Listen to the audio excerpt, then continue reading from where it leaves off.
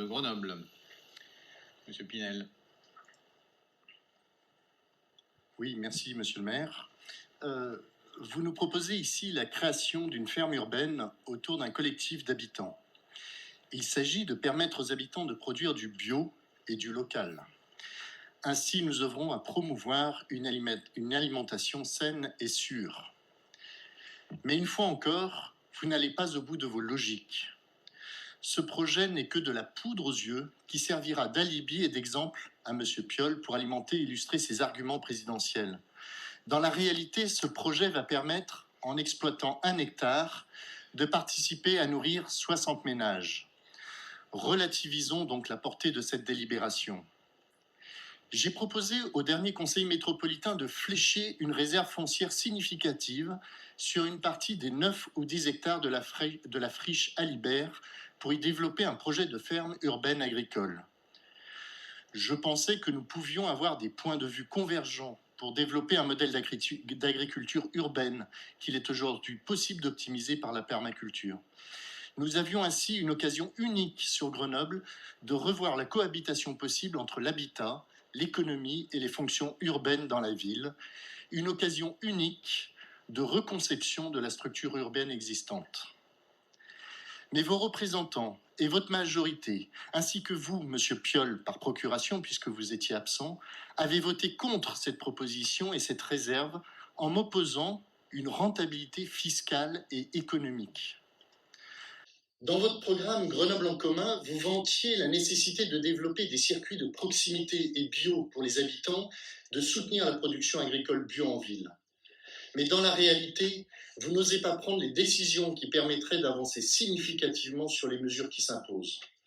Là où il faut être dans l'action rapide pour transformer notre ville, vous restez dans des petites actions symboliques pour faire de la com. Cette délibération va concerner, je rappelle, 60 ménages sur les 83 000 ménages grenoblois, 60 sur les 210 000 ménages de la métropole. Monsieur Pinel, un petit rebond. Oui, je voulais juste réagir à l'intervention de M. Bach. Je voulais vraiment le rassurer sur le fait que je partage ce qu'il dit sur les objectifs, sur l'intention, et sur ce projet-là en l'occurrence, et les autres, je l'espère. Là, à 200%, on est d'accord, nous sommes d'accord.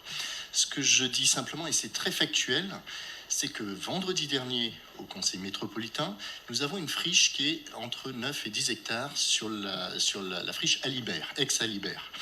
La délibération de vendredi dernier au conseil métropolitain était de fixer les objectifs. Qu'est-ce que nous voulons en faire? Ce n'était pas dans le détail, c'était concrètement, nous voulons quoi sur cette friche? Et il me semblait que dans ce que vous venez de dire, monsieur Bach, et que je rejoins totalement, il y a un enjeu encore plus fort qui est d'inventer cette nouvelle cohabitation, de dire comment à un moment donné on peut intégrer dans la reconception qu'on peut avoir vraiment de l'organisation de notre urbanisme et de notre vie aujourd'hui urbaine, comment on peut intégrer à la fois ferme agricole urbaine, comment on peut intégrer l'habitat, l'économie, etc. Que ça soit compatible. Et là, nous avions, me semble-t-il, une chance unique parce que nous n'avons pas un espace aussi grand. Il me semble que c'est une des dernières possibilités que nous avons en l'occurrence sur Grenoble, là, puisqu'il s'agit d'un territoire qui est majoritairement sur Grenoble. Nous avions cette unique chance de pouvoir tester ce projet grandeur nature, c'est le cas de le dire d'ailleurs, mais voyez, et c'est ça. Alors, je sais que vous ne siégez pas à la métropole, mais vos collègues qui siègent à la métropole, dont M. Piolle, avaient voté contre cette demande qui n'était pas un projet défini, qui était simplement de dire on pose sur ces 9 ou 10 hectares, on en réserve 1, 2, 3, je ne sais pas, hectares, et nous en faisons une réserve pour un projet de ce type-là. Voilà. C'était ça. Et c'est là où, moi, ce que je dénonce aujourd'hui, c'est pas tant le projet que je trouve très bon et qu'il faut développer.